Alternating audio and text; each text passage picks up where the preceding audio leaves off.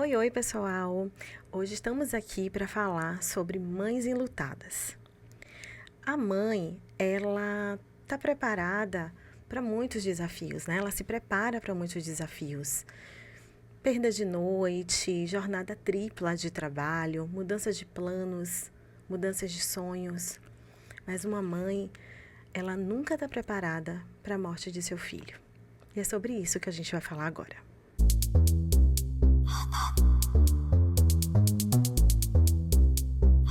Então, para falar desse assunto tão sensível, estamos aqui com Clarissa Fontoura. Seja bem-vinda, Clarissa. Conte aí um pouquinho para quem está nos assistindo sobre você. Bom, Magali, primeiramente eu quero agradecer a você pelo convite que você me fez, pela confiança que você tem em meu trabalho. Eu sou Clarissa, sou psicóloga, sou professora universitária, sou gestalt terapeuta, tenho mestrado e doutorado em família na sociedade contemporânea e meu estudo do doutorado, ele versou sobre luto materno. Sim. Então, Vamos conversar sobre isso. Eu sou Magali Pugliese e hoje a gente vai ter uma conversa bem importante. Curtam, comente, compartilhem com quem você acha que esse episódio vai ser importante. E, mais que tudo, fiquem até o final. Tem muita coisa interessante hoje para a gente poder falar, tá bom? Então, Clarissa, a dor de uma mãe enlutada é algo assim imensurável. Não tem como a gente ter uma dimensão, né, dessa dor. Por que é importante falar sobre isso? falar é um processo catártico, né? Quando a gente fala, a gente elabora. Ao falar, nós vamos elaborando, né? Então, assim, a fala e a escuta, elas correspondem à díade, que é a essência do processo terapêutico. Sim. Então, assim, a gente vai falando, vai ressignificando, vai compreendendo melhor. Nessa pesquisa que eu fiz sobre o luto materno, eu entrevistei 6 mães. Sim. E uma das mães entrevistadas, ela me disse que é preciso falar, né, especialmente para que a pessoa, ela comece a acreditar que aquilo é uma realidade, tomar conta dessa realidade. Tamanha é a dor, né, tamanha é a desorganização que aquela mãe fica. Então, falar essencialmente é importante, né, para a nossa prática E validar, né, essa dor. O que eu vejo em muitas mães enlutadas é que é algo tão profundo que as pessoas, inclusive, evitam de tocar no assunto, evitam de dar justamente essa oportunidade de fala, porque é uma ferida tão em carne viva que as pessoas realmente se assustam, ou têm receio, né, de estar próximo, de dar essa oportunidade para poder a pessoa falar.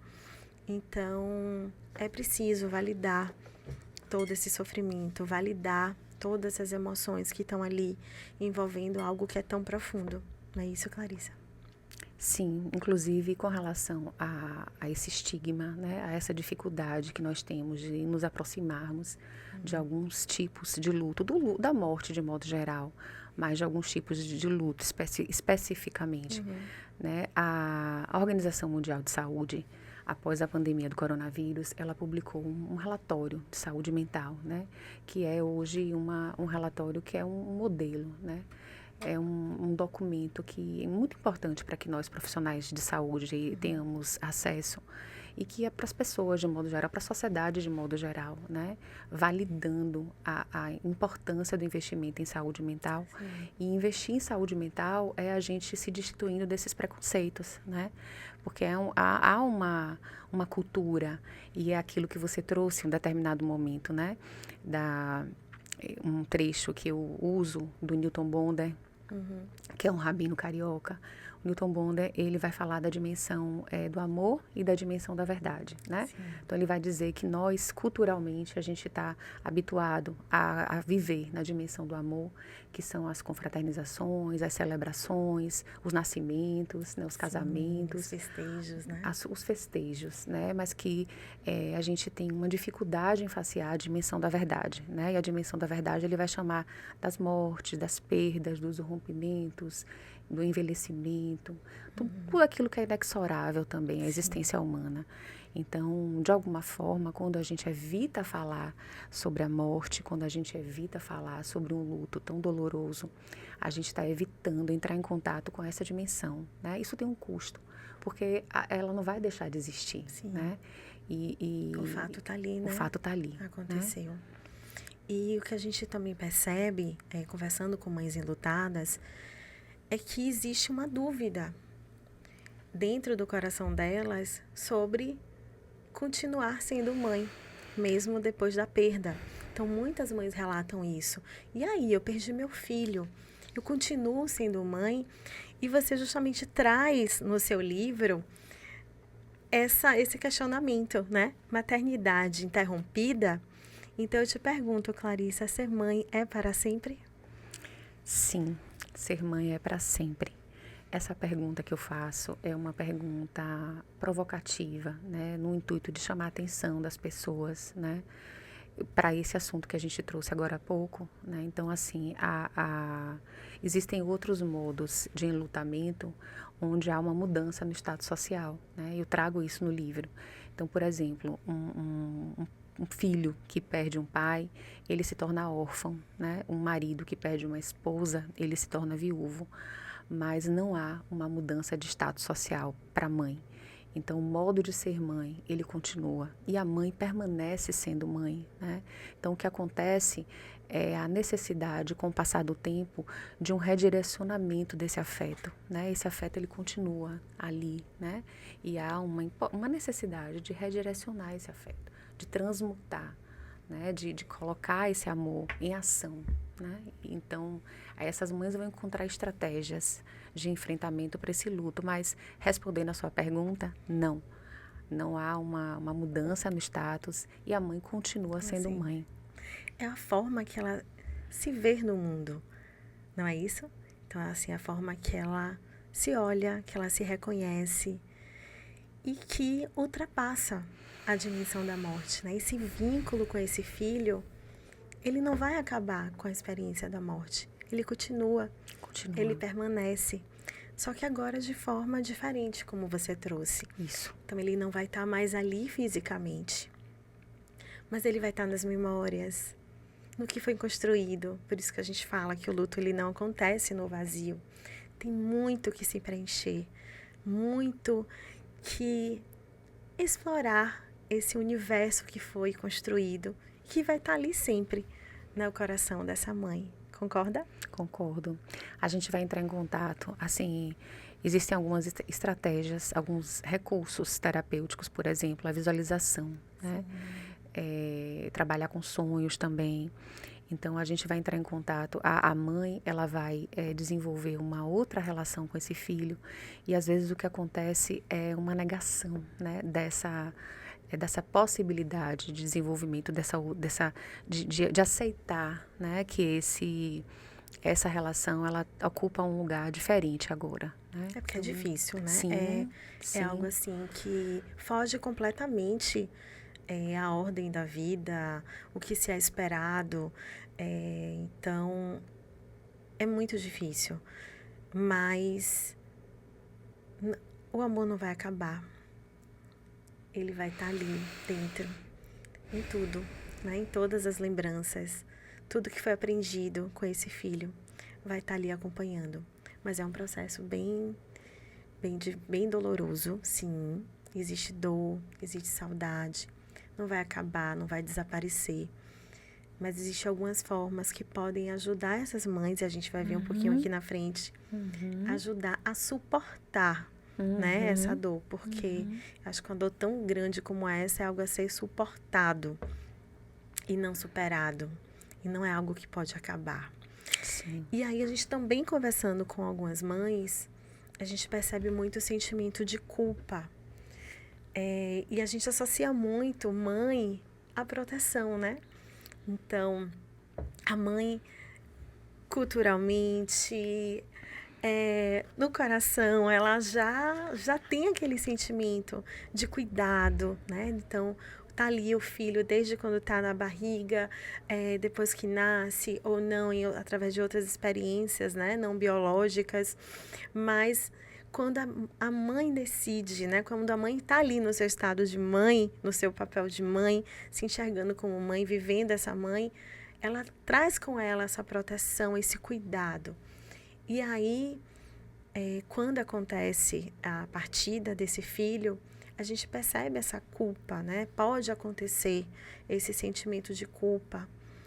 Tipo, onde eu posso ter errado, onde eu não fui efetiva ali para poder dar essa proteção, dar esse cuidado para que isso tenha acontecido. E aí, Clarissa, como fica esse sentimento de culpa? Assim, eu costumo dizer que nasce a mãe, nasce a culpa, né? E a gente, no lugar, nós enquanto mães, as mulheres mães, né? Elas vão se trabalhando no sentido de reforçar essa culpa ou redimensionar essa culpa, né? Porque é socialmente, culturalmente aprendido que a mãe é responsável pelo cuidado do filho, né? Então, por exemplo, a mãe ela tem um sentimento de onipotência muito grande, né? Então, diante de é como se a mãe pudesse tudo, né?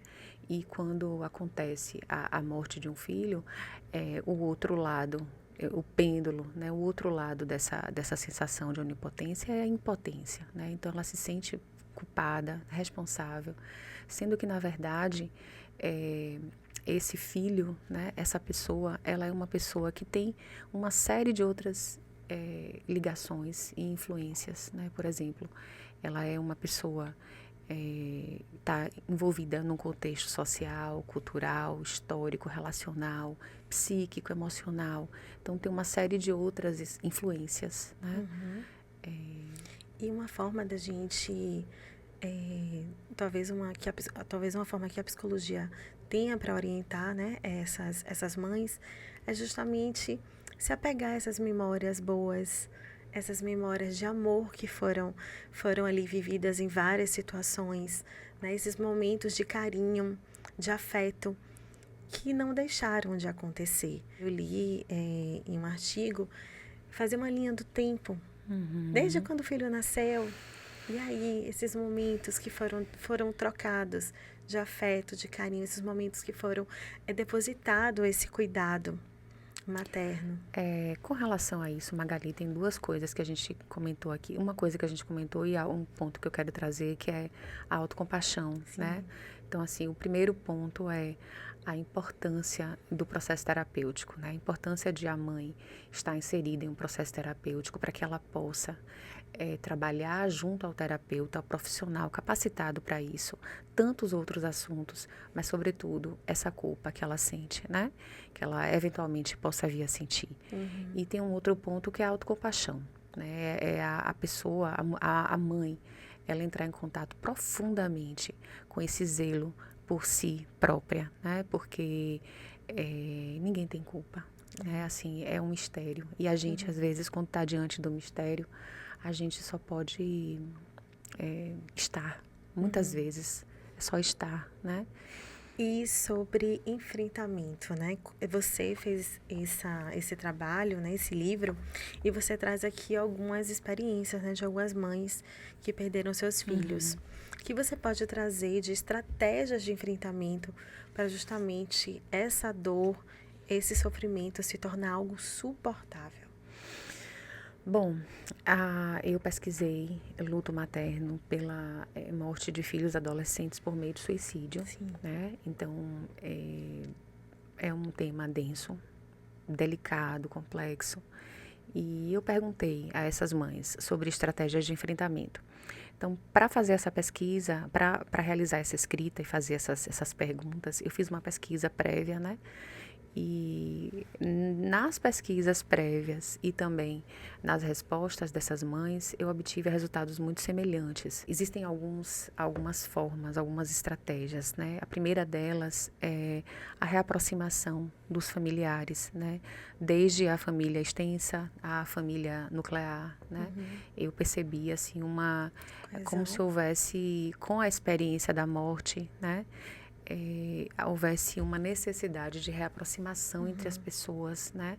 Como se essas pessoas também se destituíssem, muitas vezes, de coisas de supérfluos e focassem naquilo que é essencial, né? Então, eu penso que há essa mudança como estratégia, né? Uma outra estratégia diz respeito à busca por práticas terapêuticas, né? Desde a psicoterapia até a práticas terapêuticas integrativas, né? Outras práticas como terapia floral, por exemplo, né? Então, pinturas. Sim. Então, assim, uma abertura para a arte, né? No sentido da pintura também, né? Como terapia. Há um redirecionamento, né? Ou uma abertura para a espiritualidade, né? A espiritualidade a gente compreende como sendo um maior contato com a natureza, práticas meditativas, né? Como a própria busca por religiões, né? E no sentido de amparo, trazer né? um amparo, né? Trazer um apaziguamento para o coração dessas mães, né? Então há uma busca pelo espiritual. Há uma prática de serviço ao próximo, né? Que eu penso que isso também ficou muito claro, forte, né? Nessa pesquisa que eu fiz, né? A prática do serviço como sendo assim uma oportunidade de redirecionamento desse afeto, né? Então, aquele afeto que fica guardado e que a mãe ela já não tem mais aquele filho materialmente ali, né, para direcionar aquele cuidado, aquele afeto, aquela energia. Então, ela vai fazer uma doação, um serviço comunitário. Então, ela vai expandir Que a essa. condição de amar continua, né, Clarissa? Sim. Mesmo sendo uma perda tão intensa, a condição de amar continua nas pessoas. Tem uma. Eu me perdi aqui de uma das respostas mais essenciais, que é o falar e o escrever sobre, né? Sim, O a falar, escrita terapêutica, né? que é a psicoterapia, que eu já tinha falado, mas a escrita terapêutica, né? Essa escrita terapêutica, interessante porque ela pode acontecer de diversas formas, né? Existem algumas mães, elas voltaram a estudar e aí escreveram um trabalho de conclusão de curso que tinha a ver com o tema do luto. Então, de alguma forma, há um processo catártico ali, né? Há também a possibilidade de uma escrita de um blog. Então, tem uma mãe que escreveu um blog, esse blog foi acessado por outras pessoas. Então, de repente, outras pessoas começaram a se sentir fortalecidas com aquela escrita. Então, uma escrita que é uma escrita terapêutica, né? Desde a sensação de pertencimento também, né? Isso. Outras mães, vendo esses trabalhos, se sentem pertencentes Um a compartilhamento da isso, experiência. compartilhamento da experiência dessa Isso. dor. E, assim, desde diários, né? Diários, cartas, enfim. Escrever como um recurso terapêutico importante. Isso aí, vocês, né, fala muito. Inclusive, gente, tem um episódio aqui no Contras sobre escrita terapêutica com Clarissa. Foi muito legal. Muito. Vão lá, dê uma olhadinha, porque é muito, muito, muito interessante. E nessa escrita terapêutica, a gente percebe que vou colocar os pensamentos, as emoções no papel, colocar ali, você, né, que tanto fala de escrita terapêutica, é como se acalmasse também, né, trouxesse uma calma para esse coração, para essa alma. É como se saísse ali do abstrato e fosse para o concreto. E tipo assim, aí o cérebro da gente talvez pense, pronto, tá aqui, tá tudo aqui no papel agora. Vou deixar agora aqui guardadinho, porque o que eu tô pensando, o que eu tô sentindo não vai ficar no espaço, não vai se perder. Tá aqui, tem um lugar guardado para ele. Então, é um redirecionamento de energia, né? Redirecionamento. Sai um pouco daqui, canaliza. Sim. Então, realmente coloca acontece. No papel. Então, é uma forma, né? Um instrumento. E eu fico pensando no psicólogo. Ele está de frente com algo tão profundo, tão complexo, que é uma perda tão intensa como essa.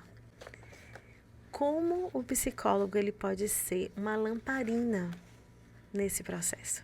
Delicado, né? Eu escuto algumas pessoas, como eu sou professora universitária também, né? Então, professora de estágio, supervisionada. Então, às vezes eu escuto algumas pessoas com dificuldade, assim, de atender Que pacientes assusta, né? enlutados. É uma demanda muito densa. E assusta, realmente, né? Assusta. Então, É uma profissionais. responsabilidade ali muito forte. Eu estou Né? falando de estagiários, né? Mas assim, profissionais já que têm um tempo de trajetória. A gente conversou sobre isso recentemente, inclusive, né? Então, assim, a dificuldade que às vezes essa ideia do Newton Bond é que ele sintetiza muito isso, né? Da dimensão do amor, da dimensão da verdade. E às vezes a gente tem uma dificuldade de lidar com o luto mesmo, né? Então, assim, um profissional, ele vai, muitas vezes, Magali, ele vai ser um acompanhante, né? Sim. Ele vai dar as mãos, ele vai acompanhar o indivíduo naquela travessia, né? Então, Não se sentir sozinho, né? para que a pessoa não se sinta só, sozinho. né? Então, assim, volta a falar sobre o mistério, né? Assim, às vezes a gente quer utilizar muitos recursos, muitas técnicas, mas a técnica soberana, o recurso soberano é a nossa presença, né? A gente tem uma presença qualitativa, amorosa, disponível, solidária, humana. Então, é isso, né? Então, o profissional, eu estou aqui falando, o profissional, o psicólogo, ele, essencialmente, ele é essa pessoa, né? Que está ali para escutar, que está ali para acompanhar, que está ali para dar as mãos, né? E junto àquela pessoa. Então, Sem julgamento, né, Clarice? sem julgamento. Em um espaço, Um espaço que seja seguro, né? Espaço seguro, exercitando o não julgamento, né? Ele pode auxiliar muito. Exercitando o tempo, exercitando a fala. O tempo é outro, Exerci- tempo é outra história, né? Que Porque história, me respeitar o conte. tempo é algo que Então, E a gente vê na sociedade que a gente vive uma corrida para que a pessoa esteja bem. E olhar para uma mãe que perdeu seu filho, vão passar 5, 10, 15 anos. E essa mãe pode estar sempre visitando esse local, né, dessa perda. Sempre trazendo essas emoções, essa dor que ela vai estar guardada em algum lugarzinho dentro dela. E aí, esse espaço terapêutico acaba sendo um espaço de também respeitar esse tempo de cada pessoa. Saber que o luto é individual, é particular, cada um tem seu tempo. A sua fala me remete ao modelo do processo dual, né? Que é o modelo aprendido, um modelo para a gente estudar o luto, né? Existe esse modelo onde a gente vai fazer ali, né? Um retraimento, um recolhimento para experimentar aquela dor, para vivenciar profundamente aquela dor, né? E em outros momentos há uma abertura para a vida, para as realizações. Então, a vida, ela vai se dar dessa forma, né? É um fechamento e uma abertura. Então, a gente pode dizer esse processo de fechamento e abertura. Sim, né? Então a gente pode dizer que é como se fosse um pêndulo, né? Vai e volta. E também uma forma de ir um degrau por vez, né? Se permitindo, percebendo que subiu aquele degrau, pronto, não olhar a escada como um todo, olhar o degrau, o que foi importante, o que é possível fazer para subir aquele degrau. E às vezes a gente para naquele degrau, a gente espera, respira e depois continua subindo. E a gente percebe também, quando você traz, né, o processo dual, que é possível também sorrir, é possível também encontrar momentos felizes no dia a dia, em pequenos instantes do dia. Então, pode estar difícil, pode estar doloroso, mas às vezes é aquele momento do banho que a gente pode ter um momento ali de paz, de conexão com a gente mesmo. Um café que a gente tome, feche os olhos, sinta o sabor daquele café. Então, mesmo o processo sendo doloroso, mesmo sendo difícil, a gente também pode se abrir para momentos que a gente tem alegria. Também cabe o sorriso no luto, também cabe a felicidade.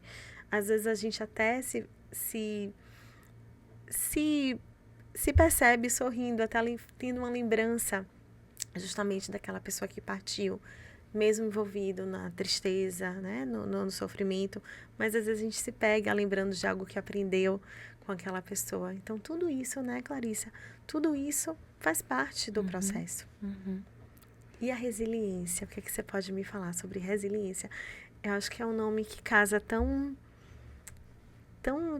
bem com a mãe, né? Ela tá resiliente ali para tudo. São tantos processos que passa, são tantos desafios, né? Tanto processo de coragem durante todo o caminho de uma mãe. Tem uma poetisa, né, chamada Gabriela Mistral, que eu cito no meu livro. Gostei muito de ter conhecido ela naquele momento. E ela fala assim: dai-me, Senhor, a perseverança das ondas do mar, que fazem de cada recuo um ponto de partida para um novo avanço.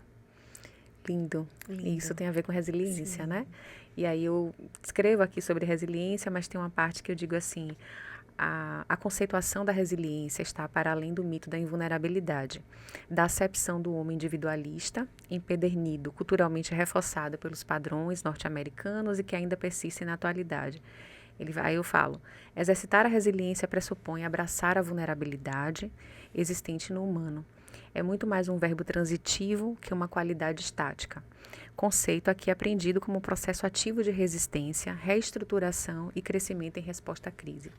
Então, a resiliência tem a ver com essa capacidade de refazer-se, né? E, portanto, ela não é estática. Às vezes a gente estuda a resiliência e pensa assim: uma pessoa que é resiliente em uma situação, ela pode não ser tão resiliente diante de uma outra situação, de um outro contexto, em outro momento. Então, a resiliência, ela é o próprio processo, né? É o próprio contato com a vulnerabilidade e a própria força criativa que a pessoa extrai, né, desse processo. E saber que ela não vai voltar para o mesmo lugar. Então, o ato de você reconstruir, né, essa onda que recua e que vai. Então, não necessariamente é a mesma onda, né? Não vai ser a mesma onda que está indo. Vai ser uma onda em movimento diferente, mas que pode ir, né? Pode ir em encontro com a areia da praia. E nesse encontro tem um caminho que pode ser seguido. E a gente pode dizer, eu anotei, né? Tá aqui do seu livro, achei bonito. Remodelamento existencial. Sim. Então a gente pode entender que a mãe, ela não deixa de ser mãe porque ela perdeu o seu filho. Existe toda uma construção de afeto e amor que vai continuar com ela a vida toda. E o que acontece é um remodelamento nessa existência, uma nova forma de existir no mundo, uma nova forma de olhar o mundo, de se olhar e de se permanecer nesse mundo, correto? Correto. Na verdade, nós estamos o tempo inteiro vivenciando a impermanência, né? Quando você cita, né, o remodelamento existencial, tem a ver com isso, tem a ver com lidar com a impermanência, que é também muito difícil para nós. A gente lidar com a ideia de que estamos em constante processo de mudança o tempo inteiro, por conta dos apegos, por conta do medo do desconhecido, né, do medo da morte, da necessidade que a gente tem de manutenção, né, das coisas. Uma necessidade de controle, muitas vezes, muito grande, né? Então, que vai de encontro a essa experiência abrupta, né?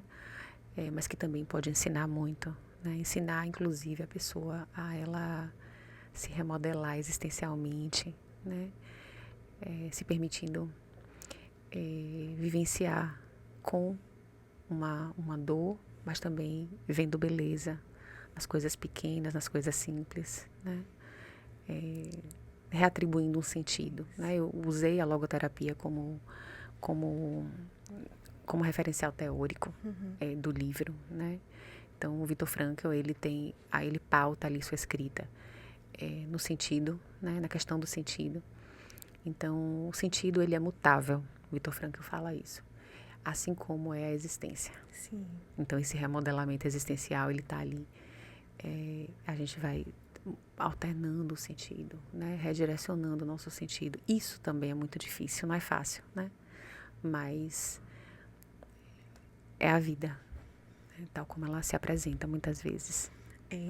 Você traz aí a questão, né, do sentido. E para uma mãe lutada, eu acho que é bem isso, né, Clarissa? Tudo que ela imaginou, tudo que ela sonhou, tudo que ela planejou tem uma ruptura. E uma ruptura que foge essa linha do tempo. Então, culturalmente, a gente nasce pensando, meus pais vão primeiro. Então, um filho ir antes dos pais é algo que foge o natural da vida. E muitas vezes essa mãe pode se questionar sobre esse sentido, né? Desde quando ser mãe traz todo esse conceito, toda essa vivência, todo esse amor que a gente sabe que é tão profundo. E aí ela pode se questionar sobre essa questão do sentido. E a logoterapia, ela é também um amparo em relação a isso. Eu escolhi a logoterapia como referencial teórico, porque o Viktor Frankl trabalha com valores, né? E ele trabalha com a questão do sentido, como eu havia dito. Como você trouxe, assim, é uma ruptura muito grande de um modo de ser daquela mãe, daquela pessoa, né? Ela tem um investimento intenso naquele papel, né? Então, ficar sem aquilo, né? Ficar materialmente sem aquela pessoa, né? Sem aquele vínculo tão importante, há uma necessidade de redirecionamento desse sentido. Então, eu compreendi que a logoterapia seria, assim, a forma mais fluida, né? A forma mais fluida, mais eficaz e que corresponde mais, que corresponde mais ao que eu estava pretendendo, a mensagem que eu estava buscando e que eu estava querendo transmitir, né? Então, é isso. Clarissa, maravilhoso o seu trabalho. Quer falar mais alguma coisa sobre essa escrita que você fez, sobre essa pesquisa?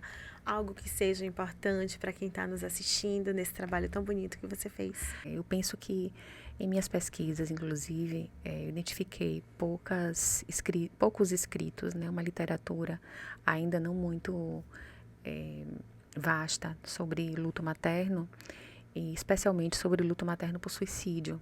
Então, eu penso que vale a pena a leitura por conta disso, né, para a gente aprender um pouco mais, para se destituir de alguns preconceitos, para se destituir do estigma social, né, para a gente compreender mais amplamente a complexidade do fenômeno, especificamente do suicídio. E também tem eu penso que as estratégias de enfrentamento, assim, são importantes da gente entrar em contato, porque às vezes, Magali, o que acontece é que uma pessoa que está enfrentando luto, e aí eu posso ampliar, inclusive, saindo do luto materno específico por suicídio, né, e entrando em contato com o luto materno e com outros tipos de lutos, né, assim, o quanto as pessoas vão vivenciando as estratégias de uma forma muito intuitiva, né? E o quanto a gente conhecer, né? E com intencionalidade a gente utilizar esses recursos, isso é bom para a pessoa, né? É salutar para a pessoa. Então, é uma contribuição, né, que eu faço aqui. Porque são vivências, né? São histórias reais. Histórias reais, né? E não é que exatamente, não é receita de bolo que exatamente com essas mães vai acontecer também com a gente, com outras experiências, mas é um norte. Passa a ser um norte, passa a ser histórias de pessoas que viveram uma dor profunda, uma dor intensa, mas que encontrou, de alguma forma, um caminho para um novo significado dessa experiência. Isso. Então, gente, curtam, comentem. É importante compartilhar para quem você entenda que esse episódio é importante. É fundamental que vocês compartilhem com quem vocês acham que precisa ouvir essas palavras aí de Clarissa, que traz tanta contribuição. Fala um pouquinho onde é que as pessoas podem te encontrar, sua rede social. Diga aí. Minha rede social é Clarissa Fontoura Psi. Então, Clarissa, muito obrigada por esse momento. Foi realmente um momento. A gente construiu esse episódio, né, para passar agora, pertinho do Dia das Mães, para tentar acolher, né, esses corações aí dessas mães que podem estar sentindo um pouquinho apertado ou muito apertado. E aqui um presente para você. Oh, muito obrigada. Obrigada, Magali. Adorei. Foi lindo o episódio. Obrigada, Contras Fluxo, por essa oportunidade da gente falar sobre mães enlutadas. É algo realmente necessário. E brevemente teremos aí o lançamento do livro, dessa obra linda que você escreveu. Quero agradecer também, viu, o convite mais uma vez. Estar aqui, né? Eu fico assim um pouco nervosa, mas depois eu gosto. Isso é bom. Eu vou querendo, não quero mais terminar. Olha, então vamos. Mas assim, agradecer, viu, o convite mais uma vez. Eu espero uma outra oportunidade a retornar. Ai, que bom. Obrigada. Obrigada, meu amor.